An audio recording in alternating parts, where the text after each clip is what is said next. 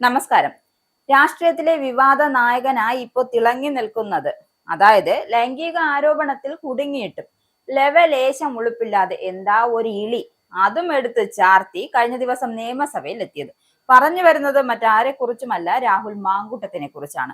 അതായത് രാഹുൽ നിയമസഭയിൽ എത്തിയതിന്റെ പിന്നാലെ പണി വാങ്ങിക്കൂട്ടിയിരിക്കുകയാണ് യൂത്ത് കോൺഗ്രസ് തിരുവനന്തപുരം ജില്ലാ അധ്യക്ഷൻ നേമം ഷജീറിനെതിരെ പാർട്ടിയിൽ പടയൊരുക്കം സജീവമാവുകയാണ്.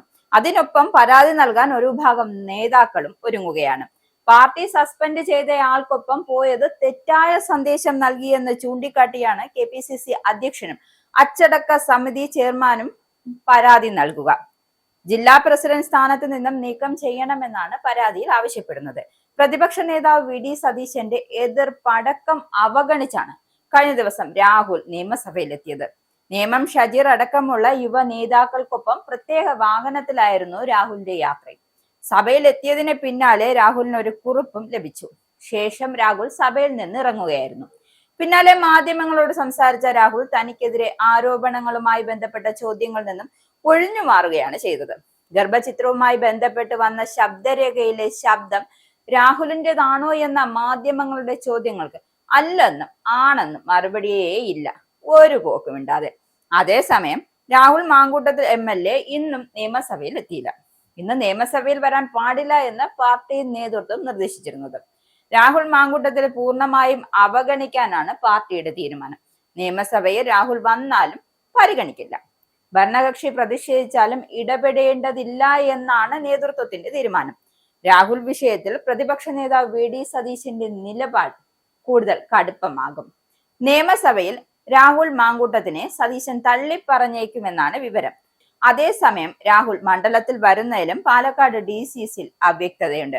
രാഹുൽ മണ്ഡലത്തിലെത്തിയാൽ എന്ത് നിലപാട് സ്വീകരിക്കണം എന്നതിലാണ് വ്യക്തത വരാത്തത്. VK Sreekandan MP, DCC president A Thankappan തുടങ്ങിയവർക്ക് അതൃപ്തിയുണ്ടെന്നാണ് സൂചന. എന്നാൽ രാഹുലിന് സംരക്ഷണം ഒരുക്കാനാണ് ഷാഫി പറമ്പിൽ MLAയുടെ പക്ഷത്തിന്റെ തീരുമാനം.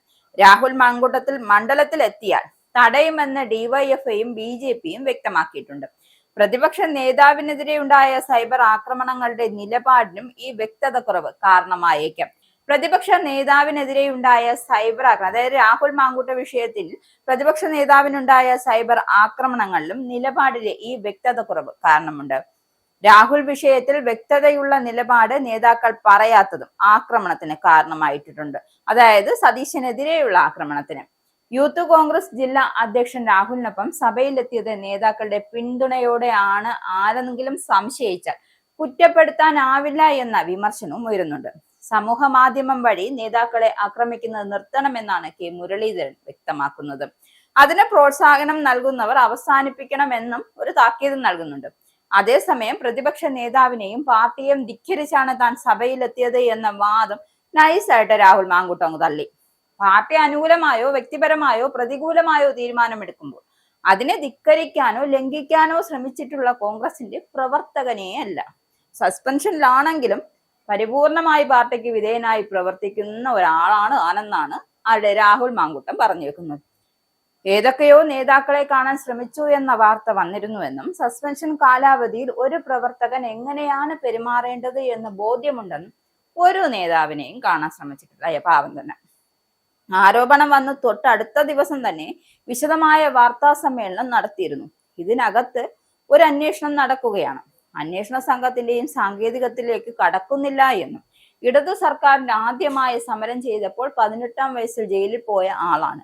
ഏറ്റവും ഒടുവിൽ കലത്തെ കാലം ജയിലിൽ പോയി പിണറായി വിജയൻ സർക്കാരിന്റെ കാലത്താണ്.